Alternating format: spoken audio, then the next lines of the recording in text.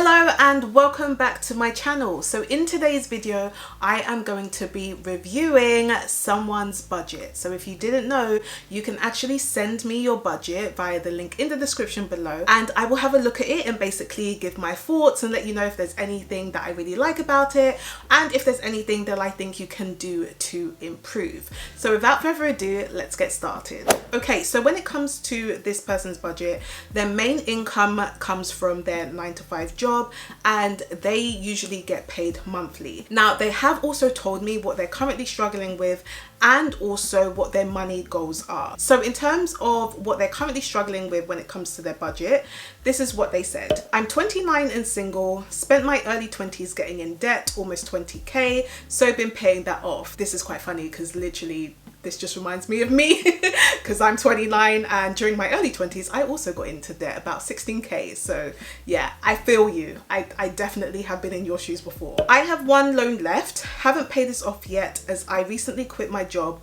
without finding a new one, so prioritize building up cash savings. But I now have a new job. My budget has been more or less the same for the past few years, but my income has increased and now I don't think it is fit for purpose. I know I can save more, but don't really have anything to save for. I can cash flow most expenses with that 1k personal amount left over, and also my emergency fund is more or less fully funded. So that's what she's currently struggling with. And I also asked if they've got any money goals, and if so, what are they? And her response was, I guess part of my problem is I've spent so long with my only goal being paying off debt, and now I've almost reached that goal. I don't know what to work towards next. Would be good to get some ideas. I don't have a huge desire to buy a home to live in right now. I like the flexibility of renting, but open to it if it makes financial sense. So that's basically the kind of background she's given me. But let's have a look at this budget and see the numbers and have a look at what's happening at the moment. Okay, so having a look at this budget, they have split it into 3 key areas. So they've got their income, then they've got their expenses, and then they've also got their savings, and then they've included how much they have left at the end. So in terms of their income, they've actually broken it down quite well. So they've put much more detail than I usually do, even in my budget. They've put their gross pay. So this is obviously before tax and any other deductions. And that comes to $6,250. So quite a decent amount of money this person is making. So I'm guessing they're making around $75,000 a year. But obviously that's gross pay. You know, you've got to pay your taxes, which she has, of course, included in here. So she's got her employer deductions. She's included her tax, which is about $1,682. She's also got her pension, so she's contributing 5% to that, so that's about $312 coming out. And then also she's got her student loan deductions, which is about $357. So her total employer deductions are $2,300, meaning that her net take-home income is $3,897.52. So just under $4,000. So in terms of the total take home, obviously this person is likely to pay a bit more tax because they're going to be in the higher rate tax band, and then also they've got their pension and their student loan deductions as well. I would assume that when it comes to the pension, that hopefully it's being matched by her employer, so hopefully she's also getting quite a good contribution when it comes to her pension as well. Okay, so let's have a look at expenses now. So she currently pays $950 for rent, $124 for council tax, electricity is $135. She's got a fixed direct debit but is currently $450 in credit, so that's great. That'll be useful, especially, you know, when you're kind of moving into winter time. Her water bill is $24, her phone bill is $35, and she's put 15 for the SIM and 17 for finance. So I'm guessing what she did is she actually financed the phone itself separately and then now pays for a SIM only contract. She's also got broadband, which is 40, car insurance, which is 60, contents insurance, which is $453, her loan repayment is $174, and then also she's got TV license, which is about $13.25. So that total comes to 1,559 when it comes to her fixed expenses. So just having a quick look at her fixed expenses, one thing potentially, like I know she's been thinking about, I'm not really sure what to say for. If it was me, I probably would just pay off the phone, because I reckon you have enough money to be able to do that and not then have to pay for the 17 each month, especially if they're adding interest. I would personally just probably pay off the phone, and it means then that you only have 15 that you're paying towards your SIM contract, which would be great. And then also when it comes to car insurance, because obviously it looks like they're paying monthly, usually with car insurance, if you do pay monthly, you're more likely to pay interest. So again, I would be thinking about, could you create a type of sinking fund for your car insurance so that you can actually pay annually rather than pay monthly, because again, you'll be making some savings there. So I would definitely say that might be something to look at, especially if you want to make a bit of extra savings. The phone and the car insurance. In terms of everything else, that's pretty much fine. And obviously we will discuss the loan repayment as well, because she has also given her net worth statement too, so we will go through that after. Now let's have a look at her variable expenses. So for socializing, which includes, you know, eating out, going out for drinks, etc., she has put 160 for the month. Then for groceries, she's looking at about 150 for the month. For takeaway, she's put 50 for the month. For lunch at work, she has put 80 for the month. Now, I actually like the fact that she's included things like takeout and also lunch at work, because I find, especially with some of my clients, they kind of, I don't want to say they deceive themselves, but they do.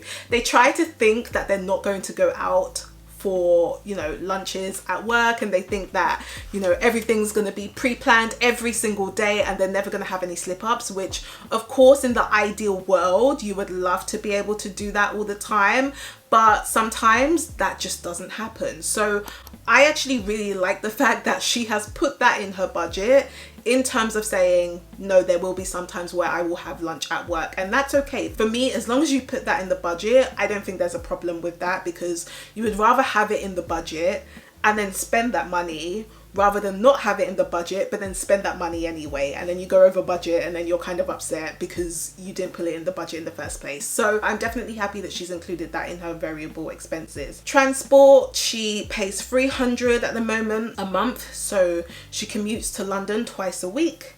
Subscriptions, she pays about 50 a month for that. And then personal is about 770. So what she said is basically this is for other expenses, clothes, holidays, etc. And so the total comes to 1,560. Now, based on what she was saying before, in terms of the fact that she almost has basically 1,000 of kind of disposable income, I think probably the reason why she is using a lot of that money is because she's not that clear on her savings goals. Because if you're not that clear on your savings goals and you don't really know what you're saving for, then of course you would rather just spend the money, because otherwise why would it just be sitting in your account? So this tells me that actually if she was much more clearer in terms of what she wanted to do, what she was working towards, I think that 770 would probably go down, especially because she has a budget for socializing, for takeaway, for lunch at work. So that 770, I really do think it probably would go down once she gets clear on her savings goals. But at the moment, because her total is over 1,560, it means her total expenses come to 3,119.78.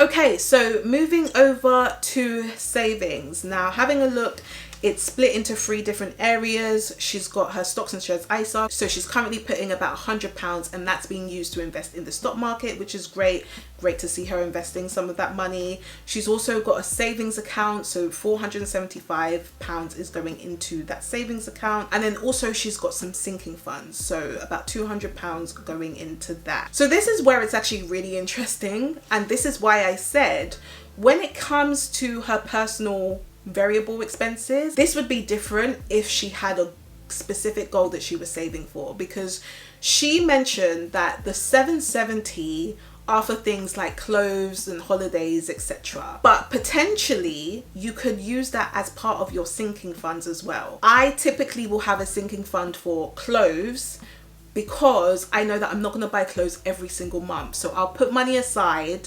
for things like clothes, so then when I am ready to buy something, I have money in, you know, the pot for that. The same thing with holidays. If I know I'm going to go on holiday over the next year, I'll just start putting money aside for that. So it's almost like she's got sinking funds, but not for things that potentially could be sinking funds. And just to be clear, sinking funds are just expenses that you would just like to save up for over time. She hasn't specifically said what those sinking funds are, so they could potentially be for something else. But again, I think there's definitely a lack of clarity in terms of what she's working towards, which is potentially why she's maybe putting some money into sinking funds, but then she's also got personal money that she's spending that potentially would be less if she was more clear on what she's saving for. Because even my question is, with the savings account, she's currently putting 475 into that.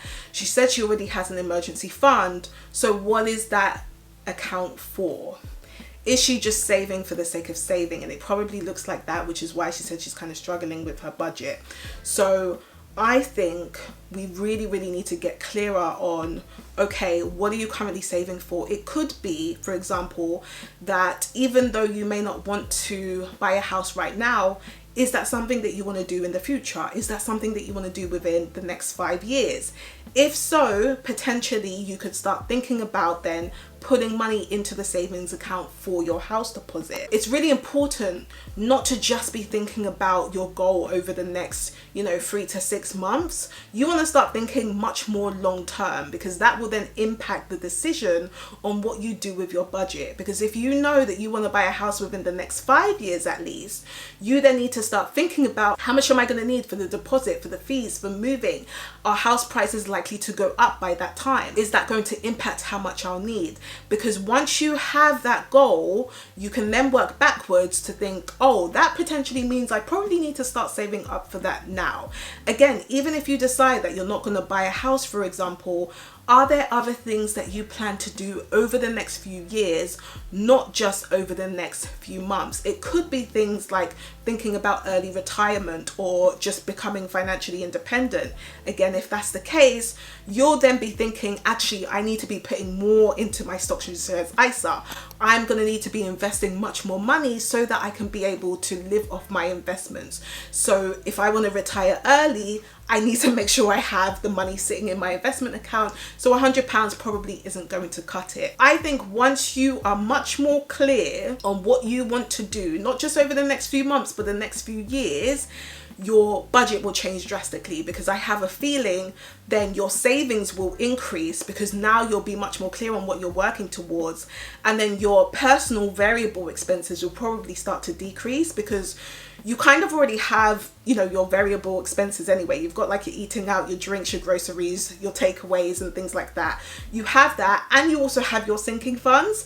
I reckon that will start to decrease once you're much more clear. So I would definitely say think about that in much more detail. But yeah, in terms of her total savings, she's got about 775, which means that she has about £2.74 left over in this budget. So now I want to have a quick look at her net worth, because she's also included that. And if you don't know what a net worth statement is, it is your assets minus your liabilities. So assets are things that you own, so you actually own the things, and liabilities are things that you owe. So if, for example, you owe money to a creditor, if you've got any forms of debt, a mortgage or anything like that, that would be considered a liability. So in terms of her assets, she has got her stocks and shares ISA, so she's got about 4,200 in that investment account, which is great. Her savings account is about 5,100, so I assume that's her emergency fund, because she mentioned she already had a fully funded emergency fund, so I assume that's in her savings account. She's also included her car, which is about 7,000. I think that's up to you if you do want to include your car in your net worth statement. I typically don't include the car, only because a car is a depreciating asset in that it basically loses value very quickly over time anyway. So I just never really include it, but that is something that you can include if you want to. So she's got about 7,000 in there.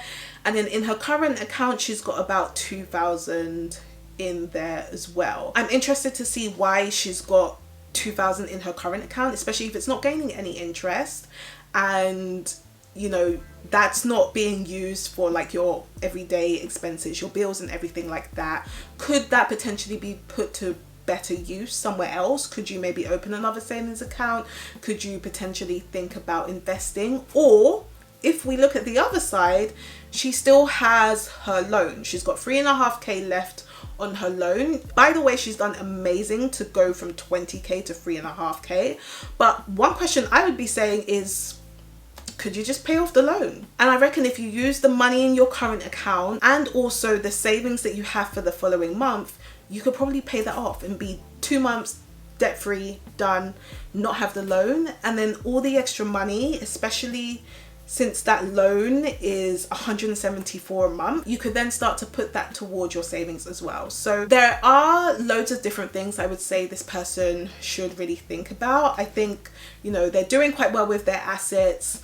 I think she could get rid of that loan very, very quickly. Probably within less than a month, I would say. By the time you get paid, especially now that she's got a new job, by the time you get paid, use the money in your current account, pay that loan off. You already have savings anyway, so even if something happened, you've got your emergency fund. I personally would probably look at just getting rid of that, and then it means that you just have 174 extra to then start putting towards your goals. So these are probably the top tips I would give. And if you are someone who's in a quite similar position, you're not really sure what you're saving for, maybe you are at the point where you're trying to pay off debt but you're not really sure what to do afterwards, that's exactly why I do one-on-one coaching. So with my clients, we typically will do some type of timeline to really have a look and think about what they want in life over the next few years, how much that's likely to cost, and how much they then need to save now in order to make that happen. So if you are someone who currently doesn't really know what they're saving for, or you're also trying to pay off debt but things just aren't typically working, maybe there are some leaks in your budget and you're not really sure what's going on, definitely make sure you book a call with me to find out more about one-on-one coaching, because I can essentially help you with all of that. So the link will be in the description below. But I would say all in all, decent income, good budget. If you clarify those goals, you will definitely be doing very well with your budget moving forwards. So if you did like this video, then please do give me a thumbs up if you haven't already, and let me know in the comments, are there any other tips you would give this person when it comes to their budget? Plus, if you also like this content, then be sure to subscribe to my channel if you haven't already, and I will see you in the next video. Bye.